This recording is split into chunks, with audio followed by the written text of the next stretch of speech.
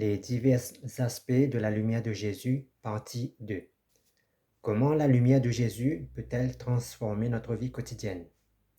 La lumière de Jésus peut transformer notre vie quotidienne de plusieurs manières significatives. Premièrement, la lumière de Christ nous transforme de l'intérieur. En acceptant la lumière de Christ, nous expérimentons une purification et une nouvelle perspective dans notre vie, selon Psaume 80, verset 4. Cette transformation spirituelle nous aide à voir les choses telles qu'elles sont réellement et à trouver un chemin vers la paix et la joie. La paix de Christ diffère de celle du monde.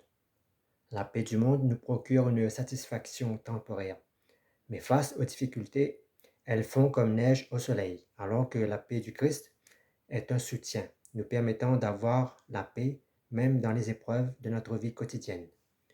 Deuxièmement, la lumière de Jésus éclaire nos choix, nos actions, nos projets, nous aidant à marcher selon ses enseignements et nous évite les pièges des ténèbres, selon Éphésiens 5, verset 8. En méditant les Saintes Écritures, nous apprenons à vivre en tant qu'enfants de lumière, c'est-à-dire plus que des enfants naturels, reflétant ainsi la bonté, la vérité et l'amour de la lumière, c'est-à-dire de l'amour de Dieu. La lumière de Jésus manifestée en nous a aussi un impact sur les autres, sur mon prochain. En vivant comme des lumières de Christ dans notre communauté, nous influençons positivement les autres, attirant ceux qui nous entourent vers la lumière de Christ, selon Matthieu 5, verset 16. Nos actions peuvent devenir un phare d'espérance dans un monde souvent assombri par l'égoïsme et l'injustice. En cherchant activement la lumière de Jésus, nous grandissons dans notre foi et notre compréhension de l'Évangile, ce qui nous permet d'acquérir encore plus de lumière, c'est-à-dire de la rendre plus intense, plus visible, et aussi de grandir et de marcher dans la vérité de l'Évangile, souvent en décalage avec le siècle présent, qui propose des valeurs beaucoup plus séduisantes, mais empoisonnées pour l'homme.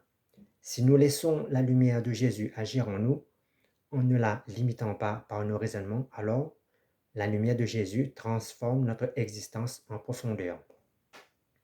Comment la lumière est-elle utilisée pour symboliser la présence de Dieu dans les Saintes Écritures? La lumière dans la Bible symbolise la présence de Dieu de manière profonde et variée. Dans Genèse 1:3, la lumière est créée par Dieu dès le début. Créer signifie que la lumière qui est esprit et vie devient visible dans le monde physique. La lumière symbolise aussi le pouvoir créateur de Dieu et son ordre sur le chaos. La lumière signifie aussi la présence divine qui illumine le cosmos, l'univers, la création. La lumière est un attribut de la souveraineté de Dieu. Dans la Bible, la lumière accompagne souvent les manifestations de Dieu comme la colonne de feu, guidant les Israélites dans le désert, selon Exode 13, verset 21, et aussi dans 2 Chroniques 7, verset 1, où la gloire de Dieu remplissait le temple. Dans Jean 8, verset 8 à 12, où Jésus est décrit comme la lumière du monde, c'est-à-dire où Jésus est la référence absolue en matière de justice, de morale, de sagesse, des valeurs agréées par Dieu pour les hommes. Jésus, dissipant les ténèbres de la confusion, de l'égarement, de l'ignorance en nous, concernant la véritable nature et connaissance sur Dieu, nous révèle Dieu dans toute sa vérité. Dieu est esprit et la seule lumière qui est capable de nous révéler l'identité du Dieu véritable, qui est esprit et invisible, c'est sa lumière lui-même, à savoir Christ.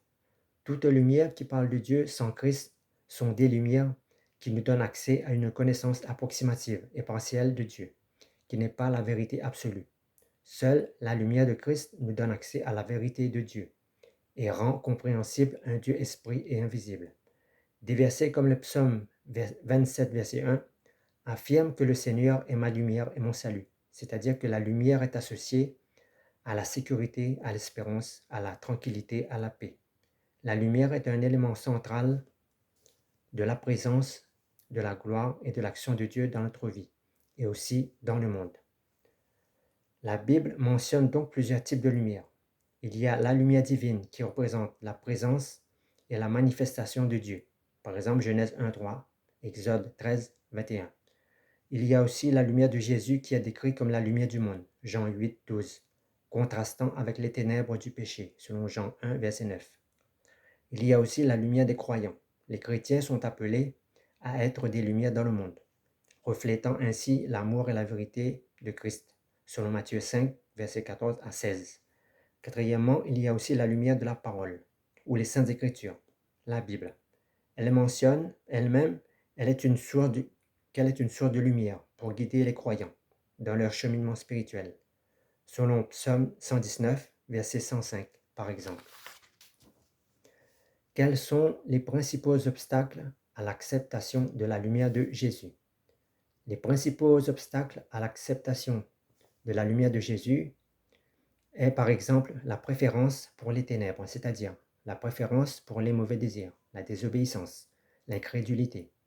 Beaucoup de personnes préfèrent rester dans l'ignorance et le péché, car leurs actions ne supportent pas la lumière qui expose la vérité, la lumière qui dévoile les secrets, les sentiments cachés, selon Jean 3, versets 19 à 20.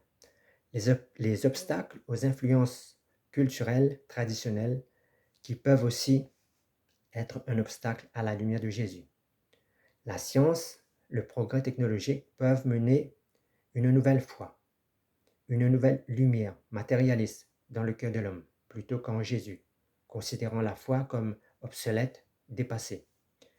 Les mauvais témoignages, les comportements hypocrites ou négatifs de certains chrétiens peuvent aussi détourner les gens de la lumière véritable de Christ, créant ainsi des obstacles au message de l'Évangile. Il y a aussi des images, des idées préconçues dues à des perceptions erronées de l'Église ou de Jésus, souvent associées à des traditions rigides ou à des rituels. Tous ces éléments peuvent éloigner les gens de la lumière de Jésus, de l'Évangile, plutôt que de les attirer. Ces obstacles montrent comment des facteurs internes et externes liés à nos propres convictions peuvent nous induire en erreur et entraver l'acceptation de la lumière de Jésus dans notre vie quotidienne. Quelles sont les principales causes pour lesquelles les hommes préfèrent de manière naturelle les ténèbres à la lumière de Jésus? Ces préférences sont dues pour plusieurs raisons. Il y a l'amour du péché. Beaucoup aiment leurs mauvaises actions, qui souvent leur procurent des plaisirs malsains.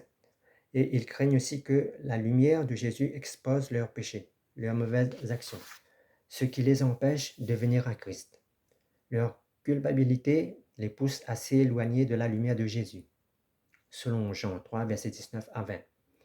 Il y a aussi le conformisme, lié aux normes, aux valeurs culturelles du siècle présent.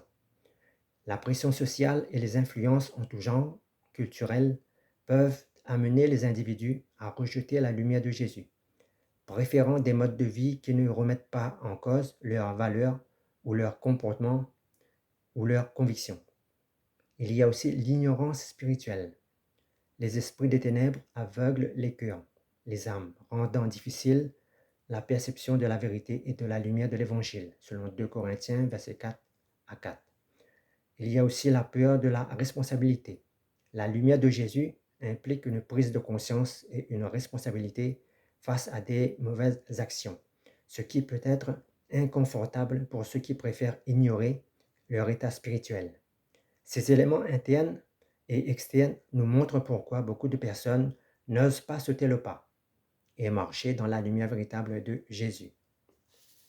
Comment Jésus est-il comparé à la lumière dans les évangiles? Dans les évangiles, Jésus est comparé à la lumière de plusieurs manières. Dans Jean 8, verset 12, Jésus déclare et affirme que celui qui le suit ne marchera pas dans les ténèbres, mais il aura la lumière de la vie, la lumière de la véritable connaissance de Dieu et de sa justice. En tant que lumière, Jésus est le phare qui éclaire la création. Il est le guide et le bon berger par excellence. Celui qui écoute ses enseignements et qui obéisse à ses paroles ne seront pas dans la confusion ni dans l'égarement. Deuxièmement, la lumière de Jésus symbolise aussi la victoire sur les ténèbres, représentée ici par le péché et la mort. Sa lumière apporte compréhension et révélation sur la justice, sur la vérité et l'amour de Dieu. Jésus dissipe dans notre cœur, dans notre âme, l'ignorance et l'obscurité qui nous enveloppent et qui nous rendent aveugles à la présence et à l'amour de Dieu. La lumière de Jésus symbolise aussi l'accomplissement des prophéties, selon Matthieu 4, verset 16. Jésus est décrit comme la lumière promise, où il est dit que ceux qui étaient assis dans les ténèbres ont vu une grande lumière, indiquant son rôle de Messie. La lumière de Jésus est aussi employée comme métaphore pour illustrer le cheminement spirituel des croyants. En suivant Jésus, nous marchons dans la lumière, c'est-à-dire dans un chemin éclairé, avec un sens et une direction bien définie. Une direction, par exemple, qui implique un changement radical dans notre vie et un engagement où nous sommes appelés à vivre selon ses paroles, ses enseignements, par l'obéissance. Comment la lumière est-elle associée à la loi et à l'accomplissement de Jésus-Christ? La lumière de Jésus est liée à la loi et à son accomplissement dans Matthieu 5, verset 17. Jésus déclare qu'il est venu non pour abolir la loi, mais qu'il est venu pour l'accomplir, signifiant ainsi qu'il réalise pleinement les promesses et les exigences de la loi. Jésus est la loi personnifiée, en incarnant l'amour et la justice de Dieu. Jésus devient la loi en action, en mouvement, montrant comment vivre selon les commandements et les préceptes de Dieu. La loi contient aussi des images et des promesses qui trouvent leur réalisation en Christ, nous apportant une compréhension éclairée et profonde du plan de Dieu, c'est-à-dire du salut pour les hommes. Par son sacrifice, Jésus libère aussi les croyants de la malédiction de la loi, en leur offrant une justice nouvelle et parfaite par la foi, selon Galates 3, verset 13. Conclusion, la lumière de Jésus éclaire et complète la loi, en invitant les croyants à vivre une foi authentique. En quoi la lumière de Jésus est-elle une révélation de Dieu, du Dieu invisible? La lumière de Jésus est perçue comme une révélation du Dieu invisible pour plusieurs raisons. Jésus est présenté comme l'incarnation de la divinité sur la terre, dans le monde.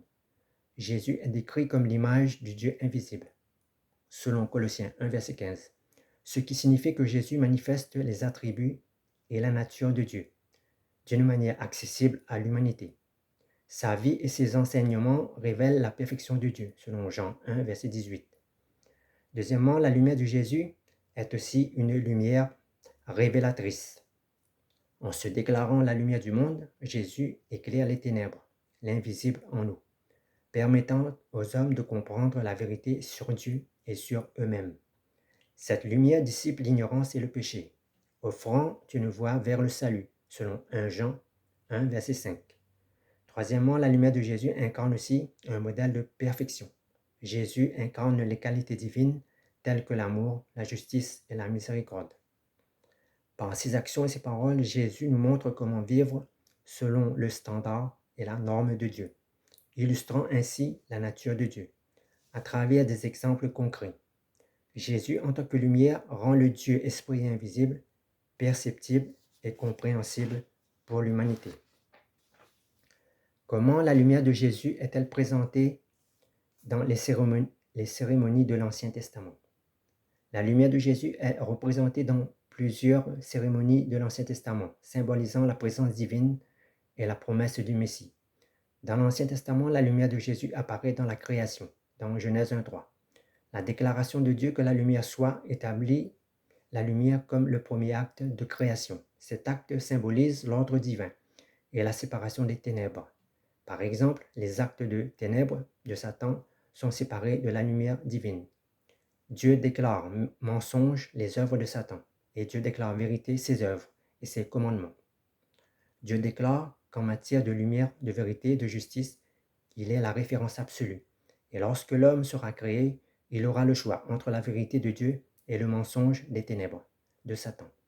La séparation de la lumière des ténèbres préfigure la lumière que Jésus apportera dans le monde. Dans l'Ancien Testament, il y a la fête des tabernacles, qui représente et préfigure aussi la lumière de Jésus. Cette célébration commémore la protection divine des Israélites dans le désert.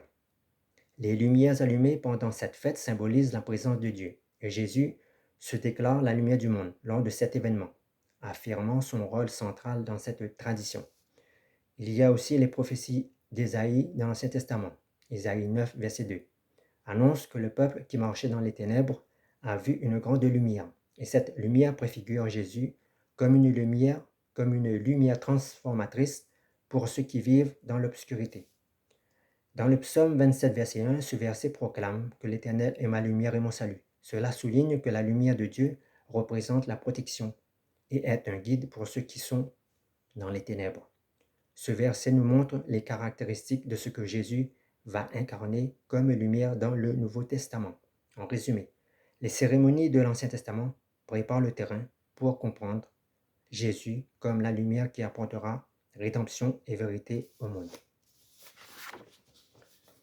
Quelles sont les autres métaphores utilisées dans l'Ancien Testament pour représenter Jésus? Dans l'Ancien Testament, plusieurs métaphores représentent Jésus et préfigurent son rôle et sa mission. Premièrement, il y a le berger. Dieu est souvent décrit comme le berger d'Israël, prenant soin de son peuple, comme un berger prend soin de ses brebis, selon Psaume 23. Cette image est reprise par Jésus dans Jean 10, où il se présente comme le bon berger qui donne sa vie pour ses brebis. Il y a aussi la vigne. Israël est comparé à une vigne plantée par Dieu, selon Isaïe 5, versets 1 à 7. Dans le Nouveau Testament, Jésus se décrit comme le vrai cep, selon Jean 15, verset 1. Cela souligne l'importance de rester connecté à Jésus si on veut porter du fruit spirituel. Il y a aussi la lumière selon Ésaïe 9.2, qui préfigure la venue de Jésus comme source de lumière et de vérité pour les hommes. Il y a aussi le serviteur souffrant, selon Ésaïe 53, qui décrit un serviteur qui souffre pour les péchés du peuple. Cette image est la préfiguration de la passion de Jésus et de son sacrifice pour l'humanité, qui sera accompli et attesté dans le Nouveau Testament. Par des métaphores, l'Ancien Testament prépare le terrain pour comprendre la personne et l'œuvre de Jésus. Quelle est l'importance de la lumière dans les rituels de l'Ancien Testament?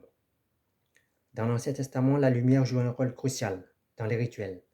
La lumière symbolise la présence divine en tant que guide spirituel. Par exemple, dans Genèse 1.3, Dieu établit la lumière comme symbole de l'ordre divin et de la vie. Dieu crée la lumière avant l'homme, car la lumière est source de vie et elle donne la vie. La lumière en tant que guide est associée à la direction que Dieu donne à son peuple, car lors de la sortie d'Égypte, où une colonne de feu guidait les Israélites, selon Exode 13, verset 21, cette colonne de lumière représente la protection et l'orientation pour ceux qui sont dans l'obscurité. Cette colonne de lumière préfigure Jésus dans le Nouveau Testament. Et dans le Nouveau Testament, Jésus sera plus qu'une colonne de lumière, mais il sera présenté comme un soleil de justice, éclairant l'humanité tout entière, de génération en génération et au-delà. Dans l'Ancien Testament, la loi symbolise aussi la lumière. La loi est décrite comme une lumière pour le chemin du croyant. Par exemple, le psaume 119, verset 105 déclare que ta parole est une lampe à mes pieds et une lumière sur mon sentier. Cela nous montre le rôle essentiel qu'avait la parole de Dieu dans la loi pour les croyants de l'Ancien Testament. Dans les rituels d'adoration, la lumière joue aussi un rôle important. Par exemple, les rituels liés au tabernacle incluaient des éléments lumineux qui symbolisaient la présence de Dieu. Les lampes dans le sanctuaire éclairent le lieu saint, représentant la lumière divine parmi son peuple. La lumière donc dans l'Ancien Testament est un symbole puissant de la présence et de la révélation de Dieu à l'homme. Avant que Jésus ne fasse son entrée dans le monde et lorsque Jésus meurt sur la croix, la parole nous dit que les ténèbres recouvraient toute la surface de la terre. Cela signifie donc qu'en dehors de Jésus, toute lumière qui existait à ce moment-là n'était pas la lumière véritable. Cela signifie aussi que les ténèbres ne connaissent qu'une seule et véritable lumière, à savoir Jésus-Christ, car Jésus-Christ seul peut empêcher les ténèbres de recouvrir entièrement la surface de la terre.